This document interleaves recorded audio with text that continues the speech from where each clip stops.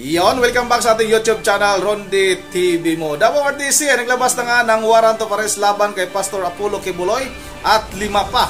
Pumunta na nga yung NBI at mga kapulisan ng Davao doon sa mismong pamumuhay-ari na compound ni Pastor Apollo Kibuloy. At wala nga silang nakita, pati bahay ni Pastor Apollo Kibuloy ay pinasok daw ng mga NBI at mga kapulisan. Ngunit wala nga doon si Pastor Apollo Kibuloy. Ang tanong, saan ba nagtatago ito ngayong si Pastor Apollo Kibuloy? Nako, Senador Rizal TV, sa hanapin mo na naman si Pastor Apollo Kibuloy. Yun na nga, ito yung actual video kung paano ba nila hinalughog yung lugar ni Pastor Apollo Kibuloy. Talaga pumasok yung mga NBI at mga kapulisan.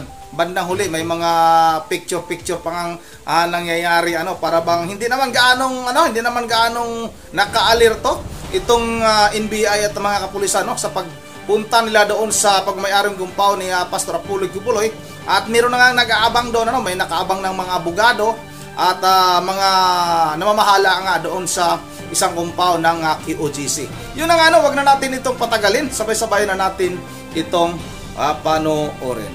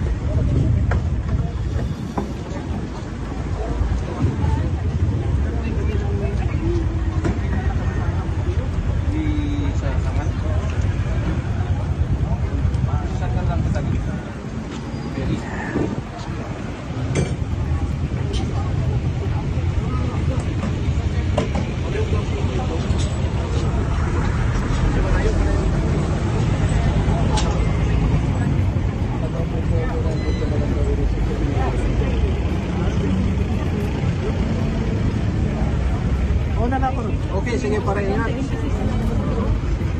Dito, sir. Ito na lang.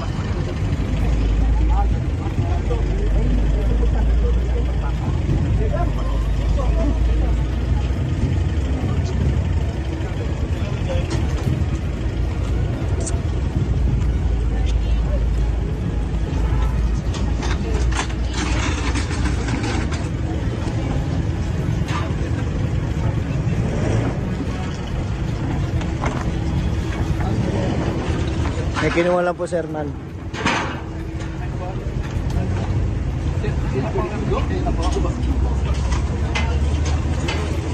Kinuha lang po pa kayo kasi kasama.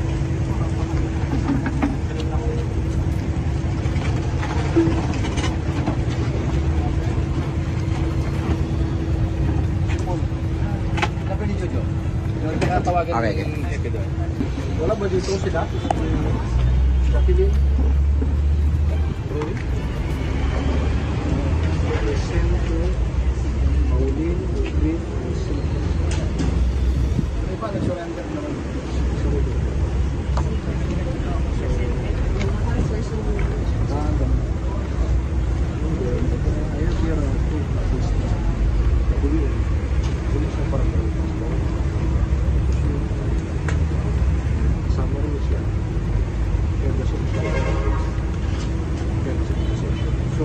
give you the copy and pa-receive na lang ito copy namin para return namin. And then kung there dito lang kasi. And then kung naisipan nila na tulungan namin sila pag-post namin.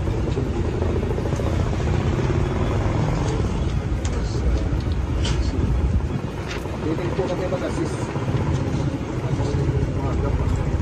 Nalagyan na po ng date and time.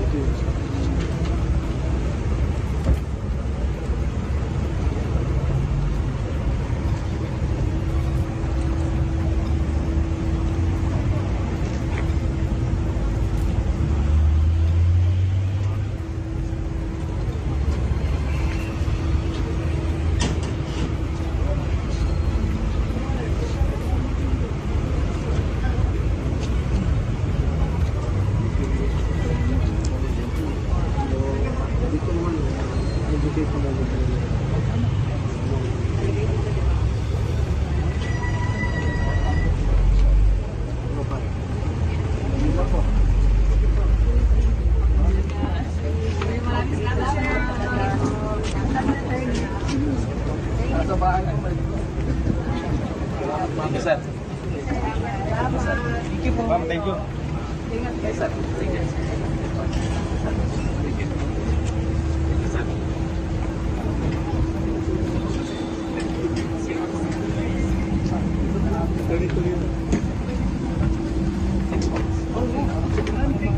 Picture lang.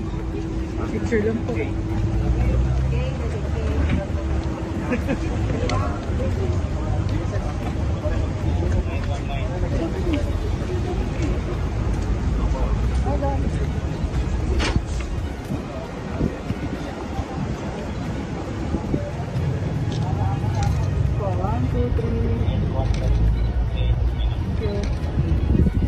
Yun ang may picture taking pang nangyayari, di kayo maasar si Senador Rizon Tiveros. Bakit nagpa-picture pa itong mga kapulisan at mga NBI na nag-serve ng warrant of arrest. Maayos naman nakita naman natin na wala namang nangyaring komusyon, wala namang kaguluhan. At yun na nga, sa pag-serve ng warrant of arrest na yan, merong isang naaresto at dalawang sumuko sa ating mga kapulisan at NBI na mga kasama nga doon sa warrant of arrest na kasama ni Pastor Apollo Kibuloy. Ito, panoorin pa natin ito. Ilan na ba sa mga kapwa-akusado ni Apollo Kibuloy ang naaresto at tukoy na ba ang kinaroroonan ngayon ng religious leader? Doon sa 5 akusado, 5 individual na kasama ni Apollo Kibuloy na akusado sa kasong child abuse, ngayong hapon na ay 3 na ang nasa kamay ng mga otoridad, kabilang dito ang National Bureau Investigation at Pier O11 sa Davao. Habang ayon naman sa NBI, hanggang ngayon ay hindi pa nila tukoy ang kinaroroonan ni Apollo Kibuloy. Naisilbi na ng mga tauhan ng National Bureau of Investigation, Davao City Police at Pier O11 ang warrant of arrest na inilabas na Davao City Regional Trial Court. Nakalagay sa warrant of arrest ang 6 na akusado sa kasong child abuse, kabilang na ang religious leader na si Apollo Kibuloy, sina Jacqueline Roy, Ingrid Canada, Crescente Canada, Pauline Canada at Sylvia Simanes. Itong hapon nahuli ng mga otoridad si Barangay Captain Crescente Canada sa kanyang bahay sa Barangay Tamayo. Samantala, sina Pauline Canada at Sylvia Simanes ay kusang sumuko sa NBI office nitong alas 4 ng hapon. Pakinggan po natin ang pahayag ni NBI 11 Director Attorney Archie Albao. So we have arrested at least 3 accused. One is the barangay captain of Tamayo, and we have 2 ladies also arrested. Presente rin ang abogado ng 3 para maglagak ng piyansa. Tumanggi naman itong magsalita tungkol sa kinaroonan ni Kibuloy. Ayon kay NBI 11 Director Attorney Archie Albao, hindi nila nakita si Quiboloy sa kanilang pagsisilbi ng warrant. Blanco pa rin sila sa kinaroroonan nito at iba pang 3 akusado.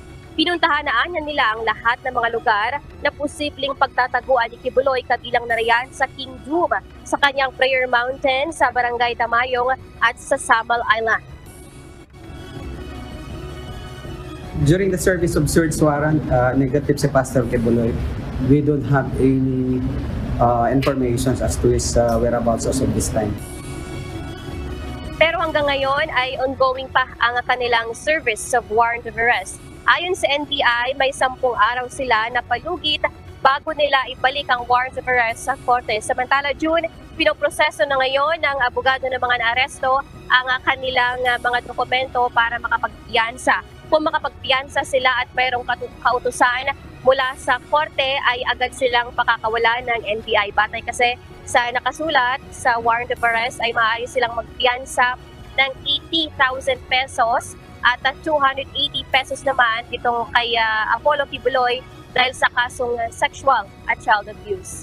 Ay mo nating balita mula rito sa Davao City, balik sa YouTube.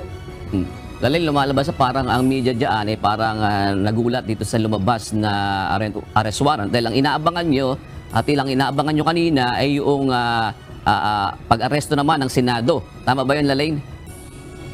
Tama ka na, Jules, kasi ang unang pinahayag ng PRO 11 at ang Davao City Police ay maaari po nang i-serve itong warrant of arrest mula sa Senado at itong mula sa korte ng Davao City ay hindi pa nila inaasahan ngayong araw at mismo ang NBI na ang nag-serve personal mismo dito sa mga akusado. So, pag nakapagpiyansa na itong tatlo, Lalaine, ano ang susunod na hakbang dyan ng mga akusado, Lalaine, ayon sa kanilang abogado? June, kanina kasi tipid o limited ang binigay na pahayag ng kanilang mga abogado dahil ayon sa kanya, ay hihintayin pa niya ang formal na pahayag mismo ng kanyang mga kliyente dahil kanina nga ay maiksi rin ang kanilang pag-uusap dahil pagkatapos ng ilang minuto doon sa NBI ay agad silang dineresyo dito sa Davao Regional Trial Court at ayon naman sa NBI ay hahabulin nila hanggang ngayong gabi ang kanilang piyansa at kung may habol ay maaari nila itong pakawalan agad kung mayroon ng order mula sa korte. Yun ang blanco itong NBI Davao at Police Davao kung saan ba talaga naroon ito ngayong si Pastor Apollo Quiboloy. Sinabi na nga ni Pastor Apollo Quiboloy na hindi siya magpapaaresto ng buhay. Baka nasa mga nasa mga tabi-tabi lang nasa mga poste lang ng mga pagmamayari ni Pastor Apollo Quiboloy nagtatago itong si Pastor Apollo Quiboloy. Galit na galit si Senador Risa Hontiveros dahil nga hindi pa rin aresto itong si Pastor Apollo Quiboloy kahit na may warrant of arrest na nanggaling sa Davao RTC. Yun na nga may piyansa naman itong kaso ni Pastor Apollo Quiboloy, itong warrant of arrest nga niya.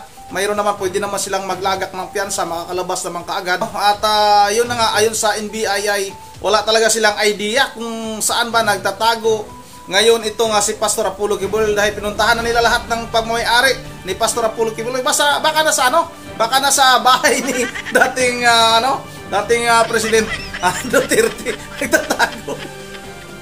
Yun ang mga kababayan, abangan lang natin, palaisipan na to kung saan ba nagtatago itong si Pastor Apollo Quiboloy. Si Gerald Bantag nga na hindi ganun kayaman, hindi ganun kakilala, hindi ganun karaming tauhan, ay hindi nga maaari aresto ng ating pamahalaan. Nagpakita nga ng isang araw, nagpa-interview doon sa Banateros Brothers. Ito ba kayang si Pastor Apollo Quiboloy? Sabi nga ng ating mga kababayan, wala namang mangyayari dyan sa warrant of arrest. Kasi itong ating pamahalaan ngayon, labas ng warrant, wala namang naaaresto. Yun ang dito lang muna at bago tayo magtatapos, ay mag-shoutout muna tayo. Ang sabi niyan pala, may nabasa din akong komento ni City Salia Baguhan. Shoutout sa iyo, Idol. At kay Ma'am Virgil Religious ng Pulilan, Bulacan. Kay Ma'am Joyce ng Japan. Kay Trabajador Mix Vlog. Kay Idisa Borby, shoutout sa iyo, Idol, ha. At kay Ma'am Caroline Kawakami ng Japan. At shoutout kay Jose Carlon Shout out rin kay Pibita Batan. At kay ano ba ito? Marvel Mayula. Shout out din kay Maribel Mayula. Shout out kay Wilfredo Pinida. Risa, may kaso naman pala. Dalhin mo na sa korte, hindi sa Senado. Ito nga yung sinasabi natin. At shout out rin kay Rosela Bautista. Shout out kay Sarah Jean Lopez.